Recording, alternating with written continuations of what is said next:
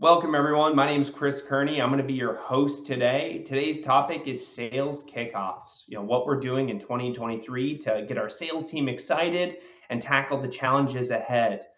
Just a little bit of background on myself. I've been with Cvent for 11 years now. I'm a senior manager of enterprise sales. I've had a long list of jobs at Cvent, all on the sales side of the house. So I've been to many sales kickoffs, not only as a sales rep, but also as a sales manager.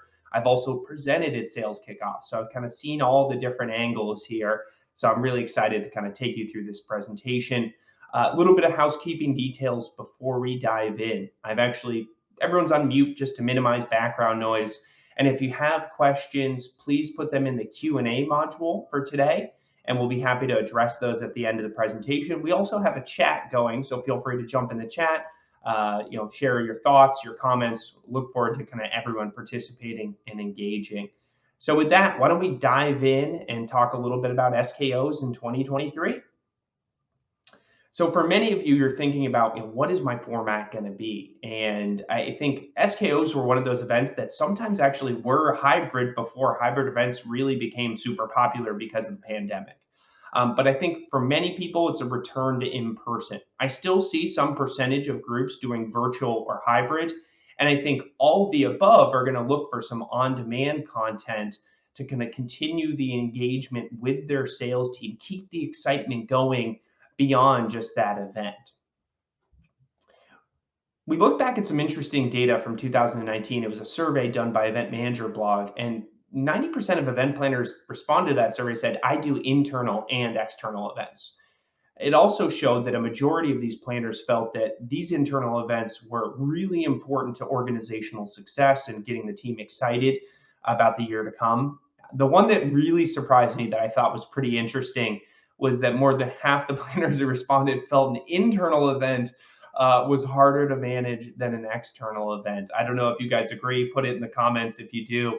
But I found that stat to be particularly interesting there. And when we think about kind of fundamentally what a sales kickoff is, it's designed to recognize our sales team for their amazing feats the year before, give some shine to the people that did really incredible things, recognized in front of their peers and everyone in the room, but also to get the team excited about things ahead, right? How do we get excited for 2023 or whatever your fiscal year happens to be? So it's really meant to be a rallying cry of that event. As we were talking about sales kickoffs this year, it was kind of interesting. We were thinking about it that 2019, 2020, many people were doing what we'd consider a normal sales kickoff. And then after that, the whole world changed and how we approach sales kickoffs changed. Many of us returned to a virtual experience, or pivoted to, I should say, a virtual experience. And it was very interesting because I think last year some people dipped their toes in the water of returning to in-person for their SKO, but a lot were still mostly virtual, maybe a little bit of hybrid. And this year, I think for the most part, people are really overwhelmingly trying to get back in person. They want to bring everyone in the same room, build that connection, and maybe do a little bit of hybrid because I think there are still some people who can't travel, or some companies are restricting travel. So it's interesting because I think this is the SKO where we're all going to get back together. And I think for many of us, we have peers who've never met in person and never been to headquarters and all these interesting things that kind of are pandemic problems that we're all kind of starting to deal with. So I think this SKO is different from any other SKO that many of us have ever run for good reason.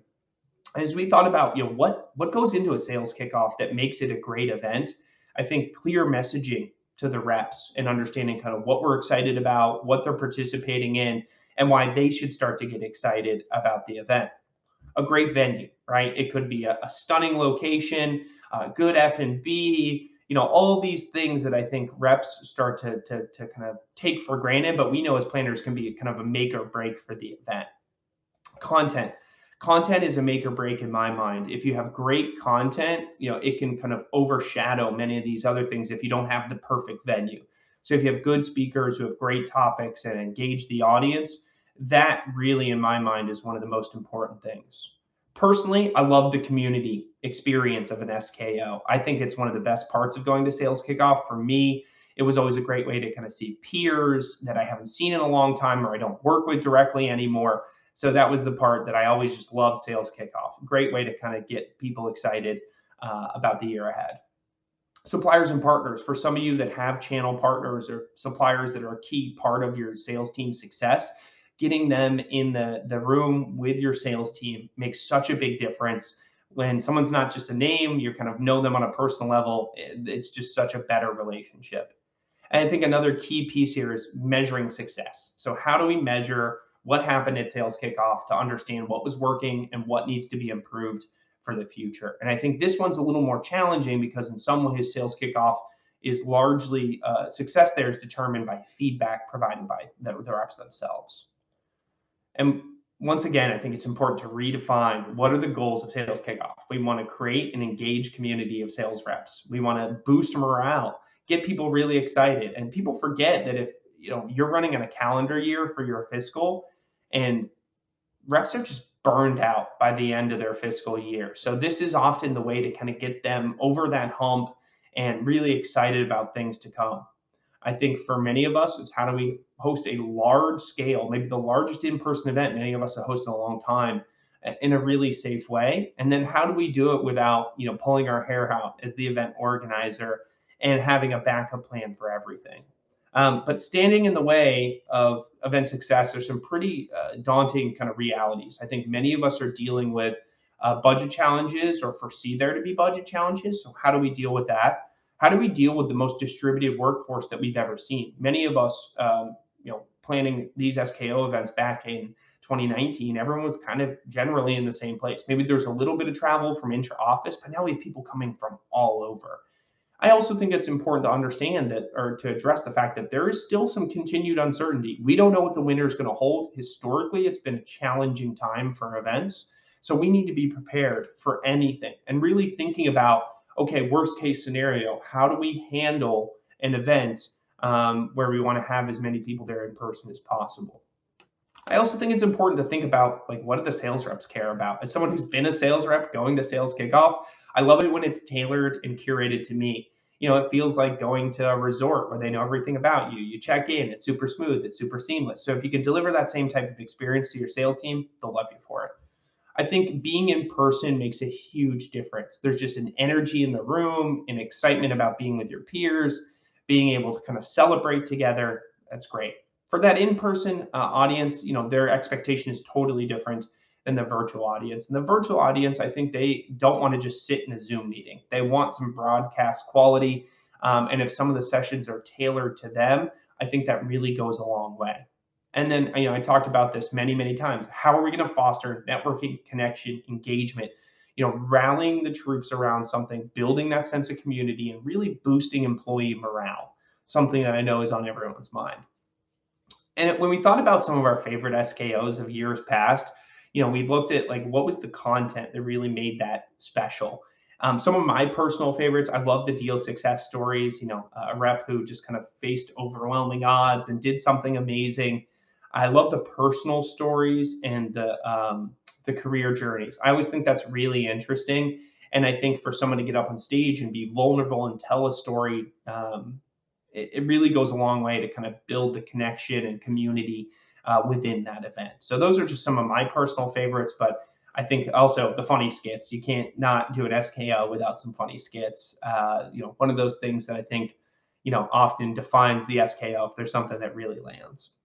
So we look at kind of the big picture of a sales kickoff, and there's the pre, during, and post. Well, this is where Cvent comes in. We have tools to help with really every step of the process here. Some of the pre-event logistics and planning, day of execution, post-event feedback and analytics. So that's what we're going to spend the majority of our time talking about today. And think about this as an introduction to all the different things that Cvent does and how they fit into an event of this format.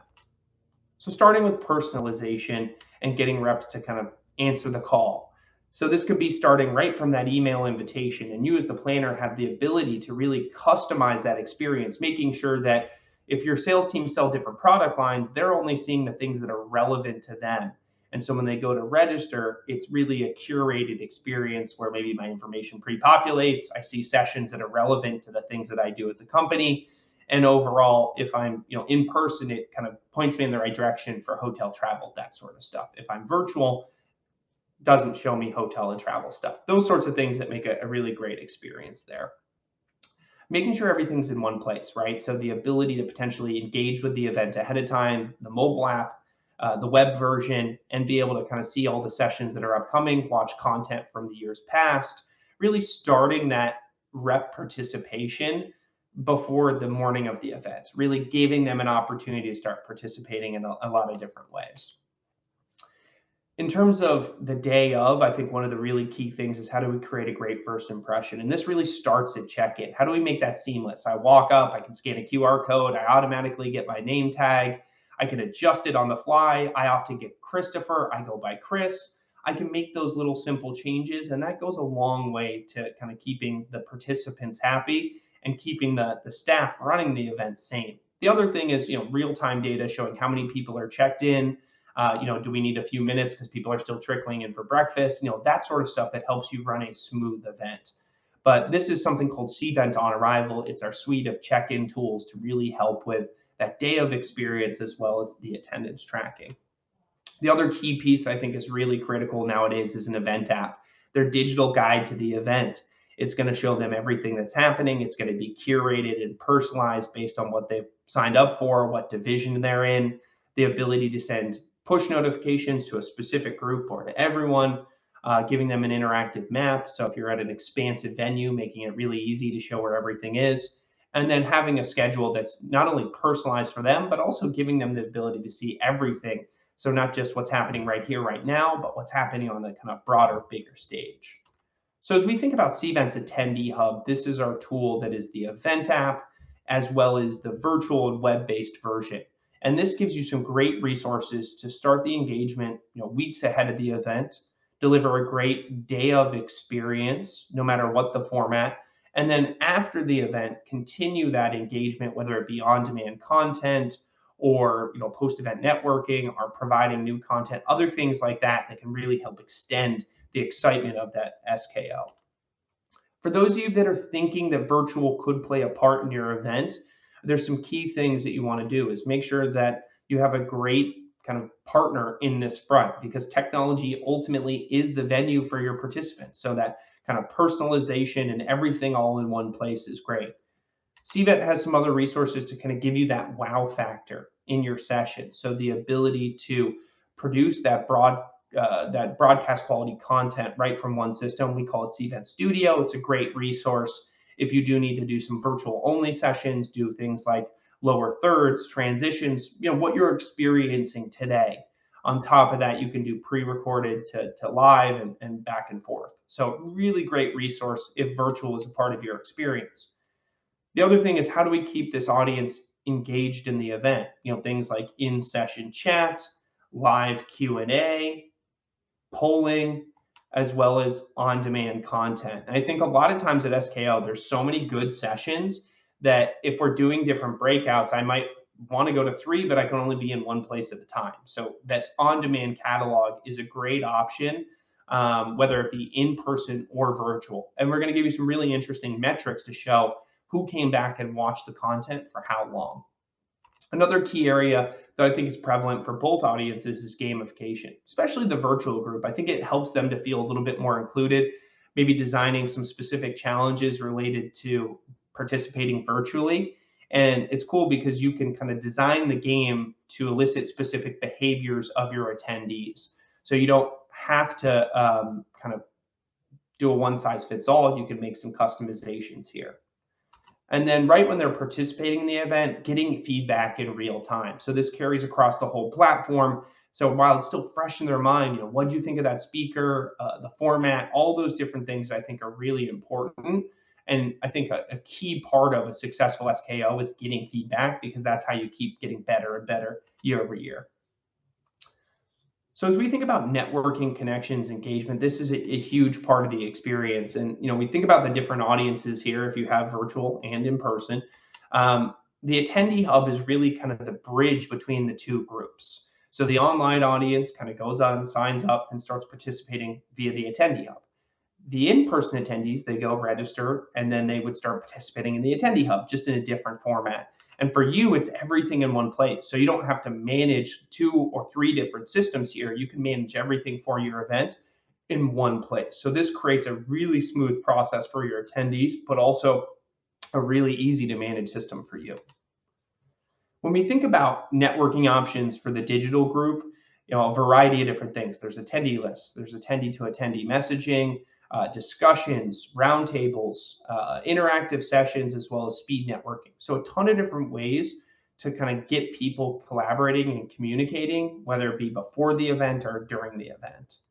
For the in-person attendees, it all really funnels into the mobile app. So we're going to have a lot of the same features, the attendee networking, the attendee list, the attendee messaging, potentially some appointment scheduling if you want them to do that, ability to do polls, Q&A, gamification.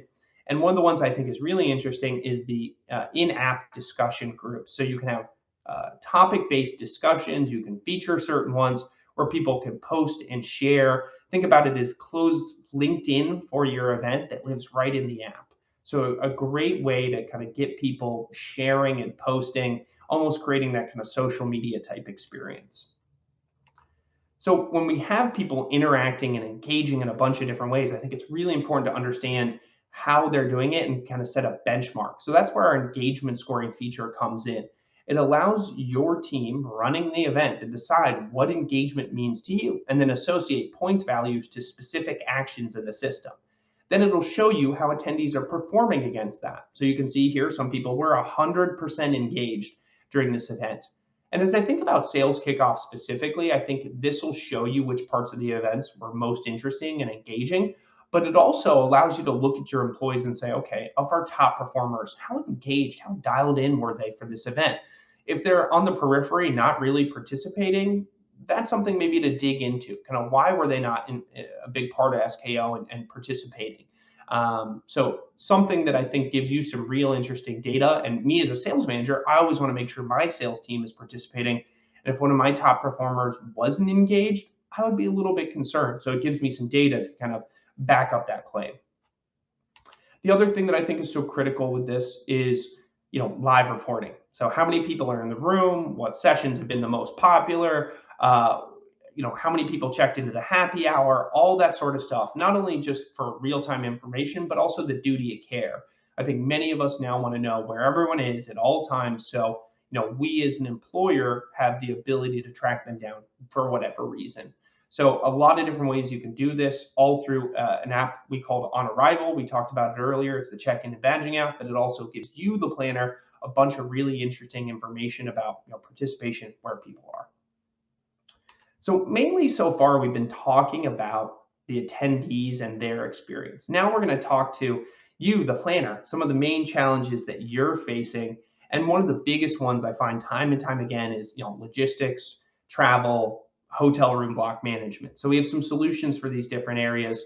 And I think for the room block management, it's often very labor intensive. The travel management's labor intensive. So I think it ends up in Excel spreadsheets, a lot of back and forth, maybe some missed information, and then some friction downstream with the attendees. So there's ways to make this process much easier. Cvent has a couple ways to deal with the hotel room block. You can actually use the Cvent hotel request form as part of registration, start to build that rooming list and manage that all within the registration experience.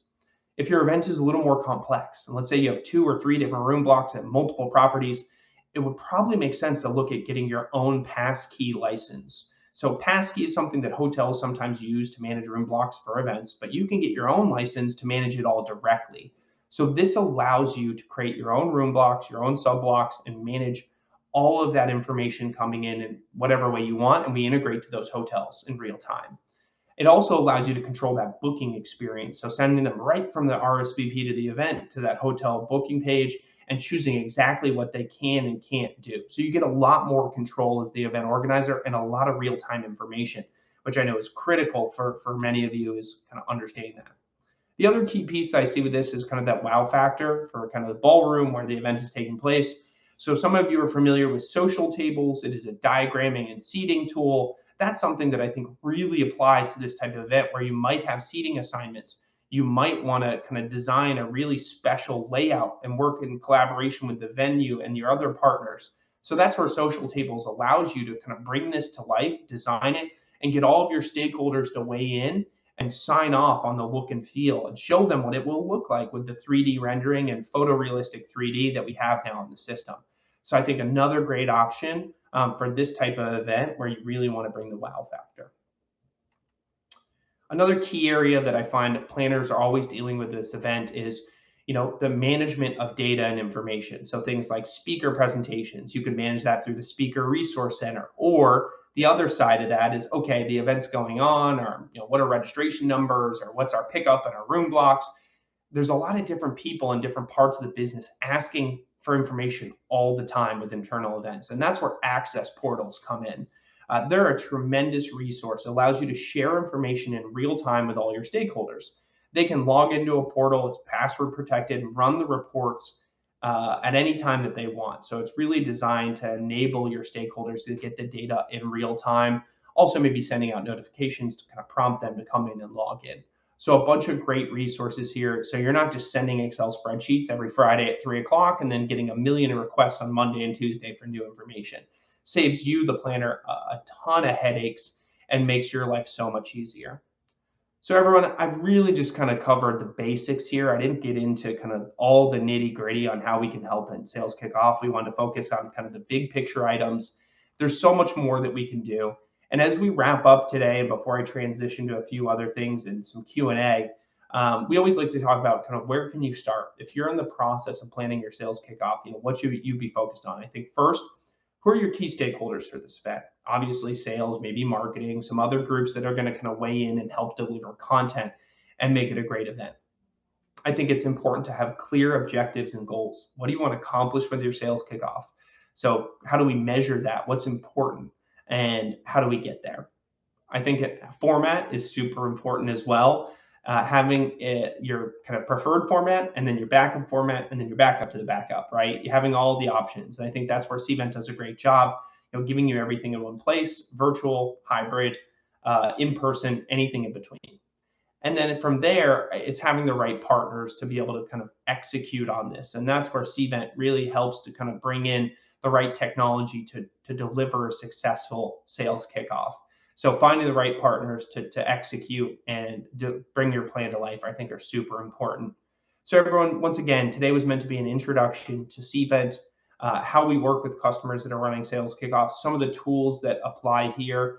Really appreciate your time. Thanks for jumping on, learning a little bit more about this.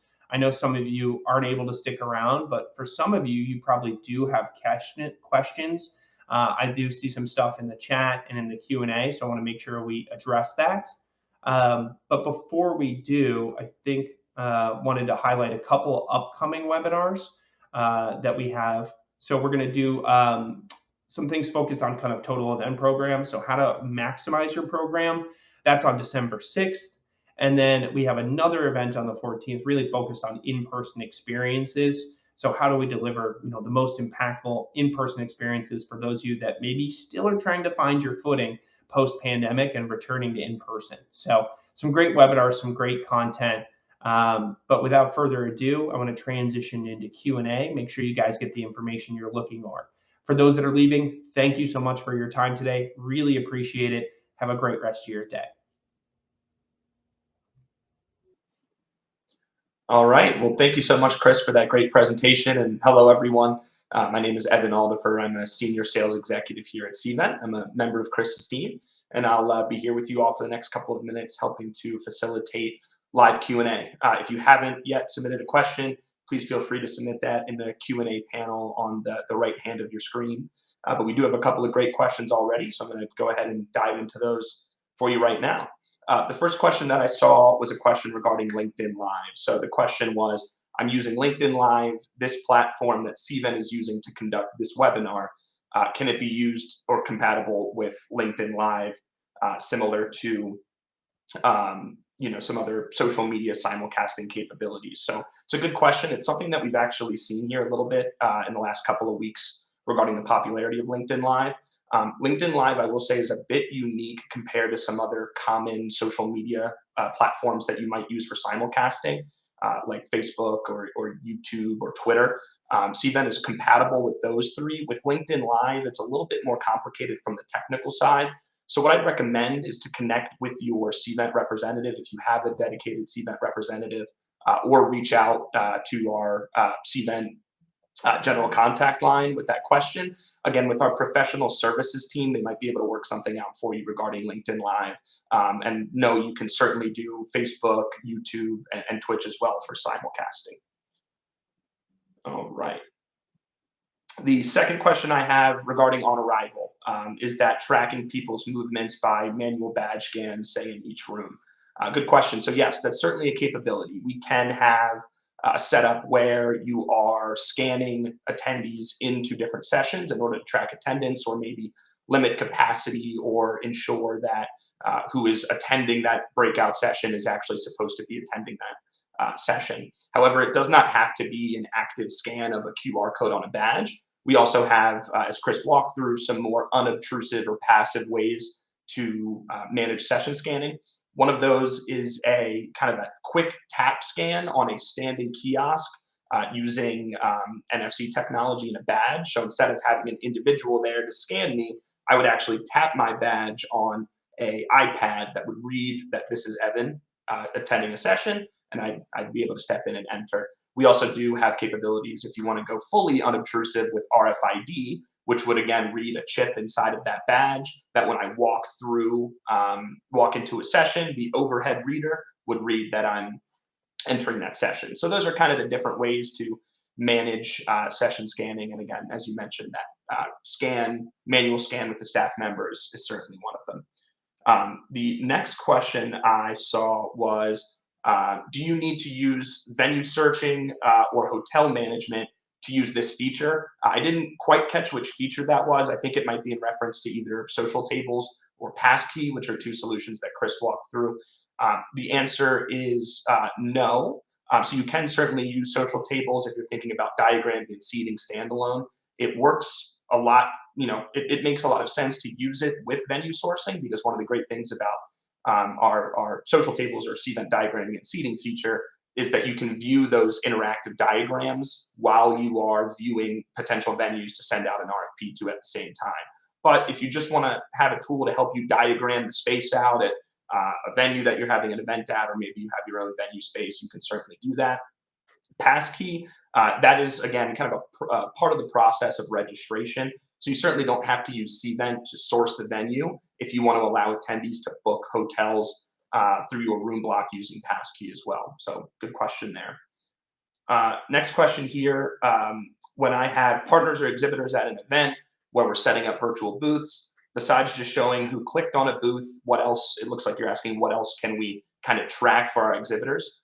Great question. I think it's really important to have as much attendee data as possible, especially when you're trying to activate your exhibitors to continue to come back and exhibit at your event. So looks like a couple of things you mentioned there were chats that are recorded between exhibitors and attendees. If the attendee is clicking on an exhibitor's assets like video or white pages, and yes, that certainly can all be tracked. The way our virtual exhibitor booths work is you can really allow your exhibitors to include as much or as little content as possible as part of their virtual booth. So if you just want them to have a description and an area to dive in and have a one-on-one meeting, you can do that. But if you want to allow them to include additional content like a welcome video, like descriptions, PDFs that attendees can view, you can even have chat or other engagement options on the side panel as well, similar to the way our session was ran today. So again, a lot of opportunities to allow your exhibitors to interact with your attendee base, and you can certainly report on that and ensure that the exhibitor understands that, hey, there was a lot of value that they gained from exhibiting at your event. The next question is the virtual component included in the paid event management package if I needed to set up a hybrid event? Good question. So I would recommend, since that's a more unique question about your existing Cvent contract, I would recommend reaching out to your existing Cvent account manager or main point of contact in order to review what you currently have contracted and ensure that the attendee hub is part of your overall contract. It is a separate feature than event management and registration, but it is really connected naturally into event management, right? So when you're creating your event in Cvent, it's as easy as enabling the attendee hub as a feature in your event, which then opens up your ability to set up that online site or that mobile event app, as Chris talked about a little bit earlier. Is the next question, is the hub that can be accessed by virtual and on-site attendees included in the event management platform? So similar question to the previous one there. Again, I would recommend connecting with your account manager. The products themselves are all kind of part of that same Cvent ecosystem, but again, would want to make sure you review with your account manager what you have contracted and see if you need to add anything more. Next question, do you recommend passkey with a single location hotel block? Good question. So for passkey, you can certainly use it for like a single location hotel block. Really, the value of passkey is instead of either keeping the room block management process completely out of registration or only collecting requests for rooms that you then pull that report and send to the hotel in order to book those reservations. Passkey allows you to allow your attendees to book in those room blocks in real time as they're going through the registration process. So if that's of value to you and saves you time on the back end in terms of viewing your room block requests in Cvent, sending that to your contact at the hotel and waiting for them to confirm the block, then I think that'd be a great option for you, even if you just have a single hotel. Next question, can I use passkey if I have special pricing rates set up with the hotel? Yeah, absolutely. So again, you'd work the way passkey set up is a lot of hotels or venues that Cvent works with also have passkey licenses, so they're very familiar with it and familiar with ensuring that your portal that you have your attendees go through would be set up with the appropriate rates and different things. So yep, you can certainly have that set up so that they are taking advantage of the rates that you have, especially with the venue.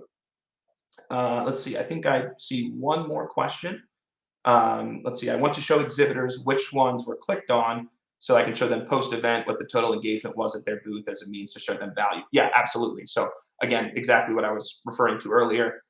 You can certainly run those reports to understand the level of engagement, whether that's chats, were there specific collateral that you let them upload, clicked on and viewed, as well as were there any direct requests for contact is something else that you can set up. So yeah, you can absolutely do that, and the Cvent team can work with you on producing some great reports that you can then digest and turn into a method that you can send out to your exhibitors and sponsors to again allow you to continue to prove value for them to come back and exhibit at your show year over year. Let's see, another question just came in. What are you using for this presentation? So great question. There's really kind of two main elements that we're using here. The first is the Cvent Attendee Hub, which, as we walk through, that's our main engagement solution for virtual, hybrid, or in-person events. In this case, this is a fully virtual webinar. So the Attendee Hub is what's allowing us to stream this content out to you all. It's what you all are logged into, seeing me present, as well as asking questions on the right side.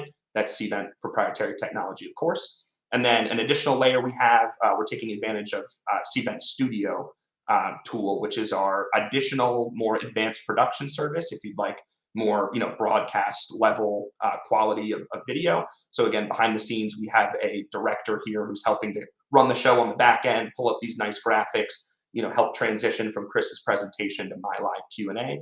And again, that's something that's available for all of our Cvent customers as well to help elevate the level of broadcast quality that your speakers are providing to the rest of your audience.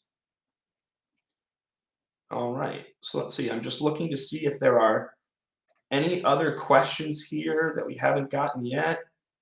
Okay, perfect. One just came in.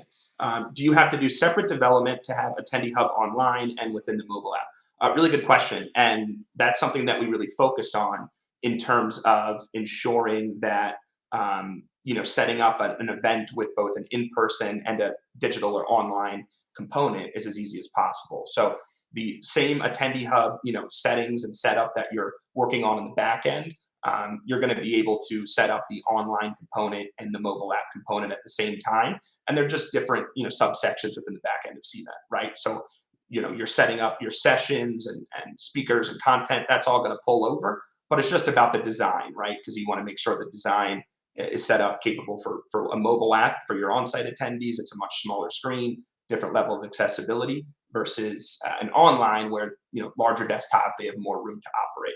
So again, it's the same product. You're pulling over the same key information. You don't have to, have that in two different places. You're just working on the design to make sure it is compatible for the mobile phone the same way as the web browser, if you will. You mentioned on-demand video libraries. Is that only for Attendee Hub recordings, or can we have this set up with Event app and then use Attendee Hub as an online library for additional resources following the meeting? Yeah, really good question. So you can certainly use Attendee Hub as kind of like a on-demand or content resource if you're having an in-person only event. That's one of the ways that we recommend taking advantage of the online portion of Attendee Hub if you're having an in-person event. Maybe you want to use the web version of the Attendee Hub to include on-demand videos, pre-material that you want your attendees to review, and maybe that's better suited for them doing on their computer than doing in a mobile app. But once they get on site, you want them to be in the mobile app and not pulling up their computer. It's more accessible for them while they're on the go. So yes, the on-demand videos don't have to be for recorded sessions within Attendee Hub per se. They can also be uploaded as more, hey, let's have this video available for you on demand to view in advance of the meeting.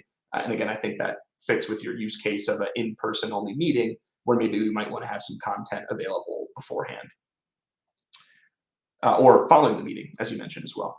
And then another question. So Cvent Studio is what's used to stream to Facebook, YouTube, maybe LinkedIn. So yeah, again, so the studio itself is what our team is using to kind of help increase the production of the session today.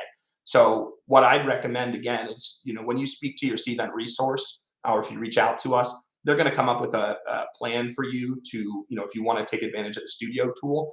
They're going to recommend, some services and support from the Cvent side to help make sure you're using this successfully. And a part of that is going to be, okay, let's figure out, how this is going to be viewed in the Cvent platform, the Attendee Hub. But then also, do we want to have that simulcasted to Facebook, YouTube, those sorts of sites? And again, that's just going to be something that our team can help you set up. All right, lots of great questions. Thank you, everybody who's submitted those so far. Let's see, I'm trying to see if there are any other questions. And it looks like we're good for now. So again, if you have any additional questions following what you walked through with me today, again, please feel free, if you have a assigned Cvent representative that you work with, please feel free to reach out to them directly. If not, head on to our website and you can reach out, and you'll have a Cvent representative reach out and connect with you, of course. And as I say that, we have one more question come in. As you can see, with the power of live, we can dive right back into this. So let's see. Can you talk about the registration process? What's the best practice? The steps for registering for this event were very simple. I'm told I need an additional password to access the registration page. So yeah, we can really work with you to tailor your event registration process to be as simple or have the amount of steps that you need based on what's best for you and your event. So, we see for webinars like this one that we're on today, we want to reduce the barrier to entry as much as possible, right? So we want to ask you a couple of quick questions, make sure we get your key information, but then we'll let you get into the session as quick and as easy as possible. For more sales kickoff style events, like we talked about with Chris earlier, a lot of times there's a little bit more complexity to that registration process. You need to know a little bit more about the individual, or sometimes you might want to allow them to select some sessions, maybe select some breakout activities. And again, you can have Cvent set up in that way, right? Maybe you need them to book or enter in, their flight information or hotel information as well. So again, the registration process for your more simple events can be very simple, one page, easy. For a more complex event like a sales kickoff or an annual kickoff we can increase those amount of steps if needed, so you can have all that key information that you need to make sure that all your attendees, once they get on site, are going to have the right information, and you as the event organizer have all the information you need about them. All right, perfect. So I think that's everything, unless we get a last minute question again. But again, just like to remind you, thank you everybody for your time. Please feel free to reach out to your Cvent representative or contact us directly for more information. And we look forward to seeing you on another one of our webinars in the future. Thanks to everybody, and have a great rest of your day.